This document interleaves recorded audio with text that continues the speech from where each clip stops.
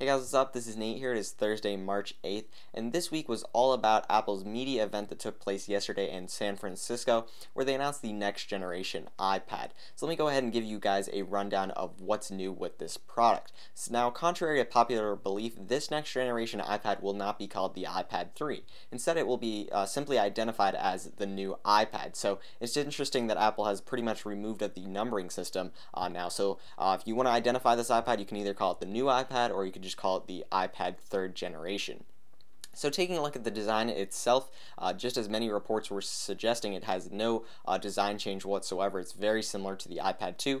The only difference is it is about 0.03 inches thicker to compensate for that new high-resolution display that they put in at 2048 by 1536. So this is going to be a absolutely gorgeous display. It packs more pixels than a high-definition television, and the reason Apple can still market this as a Retina display is because an iPad is typically held further away than an iPhone. So even though the next generation iPad has less pixels per inch than the iPhone currently does, it can still be considered a Retina display. Now, in terms of that additional thickness, how does this affect cases? Well, if you're looking to upgrade from an iPad 2 to an iPad 3, if your case has a bit of room in it, it should be able to work even though the next generation iPad is 0.03 inches thicker. But if you have a smart cover, you should have no problems whatsoever. Next up, we'll talk about the processor that Apple has implemented. It is the A5X chip, which we saw a picture of in some of the reports that we saw leading up to the event. And what's really interesting about this processor is a lot of people were not expecting what Apple did. What they did was they kept the dual core, which that's the reason it's still called A5 instead of A6, because it's not a quad core chip, but it does have quad core graphics. So I think this is a really smart move on Apple's part. I really don't think at the moment tablets need the power of quad core yet. I really don't think there's enough intensive applications that need that sort of power. But since they've included a new Retina display that's going to have to support high-resolution graphics, I think upgrading the graphics performance to quad-core was a really smart decision.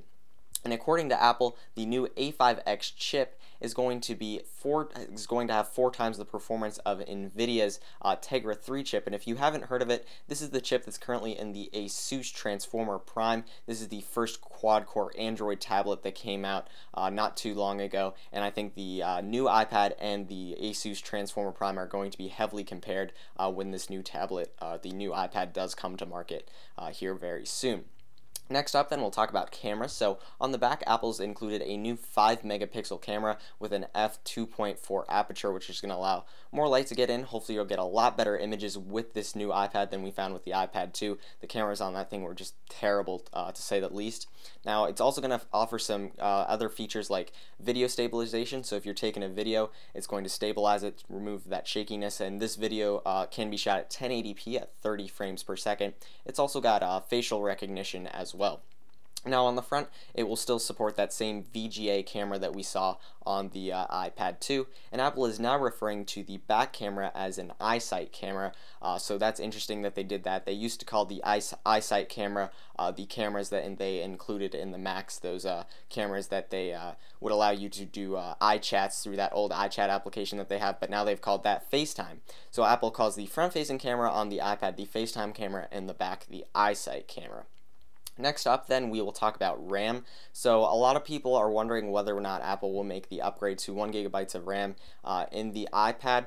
The new iPad, I think they definitely will do that just because graphics are going to be very demanding on the new iPad with that high resolution display. I think Apple will make that jump to at least 1 gigabyte, but we'll have to wait and see until this new iPad goes to market next week. A company like iFixit will definitely get their hands on it and let us know as soon as possible. Apple's new iPad will also be supporting 4G LTE, so here in the United States that will be compatible with AT&T and Verizon's network. Now unfortunately, because these 4G LTE networks run on different frequencies, you're going to have to decide upfront whether you want to get one compatible with AT&T's network or Verizon's network. They won't be compatible with both networks in the same device.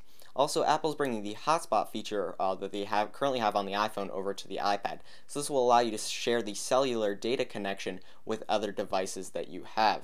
Now, Verizon stated they will be supporting this feature at no additional charge. So if you sign up for any one of their data plans, you will be good to go. Now, AT&T stated at this point they will not be supporting the feature, but they are working with Apple, so hopefully they will bring it sometime in the future.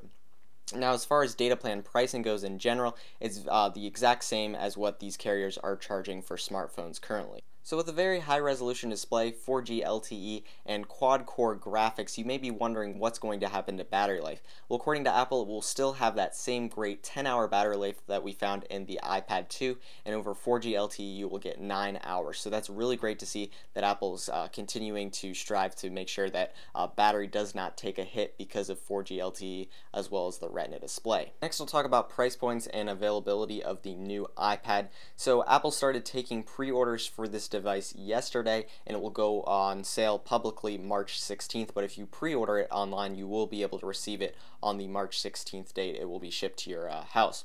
So as far as pricing goes, it's exactly the same as the iPad 2 lineup was. You'll be able to get that 16 gigabyte Wi-Fi only model for $499, and then for additional storage for Wi-Fi only models, it'll cost you $100 more, and then if you want 4G LTE compatibility, it'll cost $130 more to get that built in.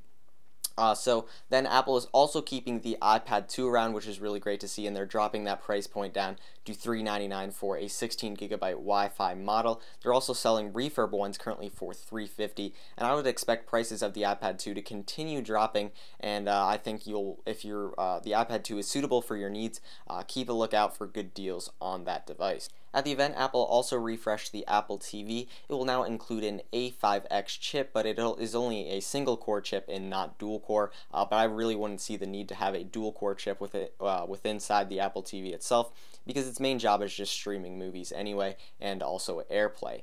Apple also then updated the interface, which I really like, and they're bringing that update to current Apple TV owners. So if you own a previous generation Apple TV, you'll be able to get this update for free. You won't have to buy the new Apple TV to get the new interface itself.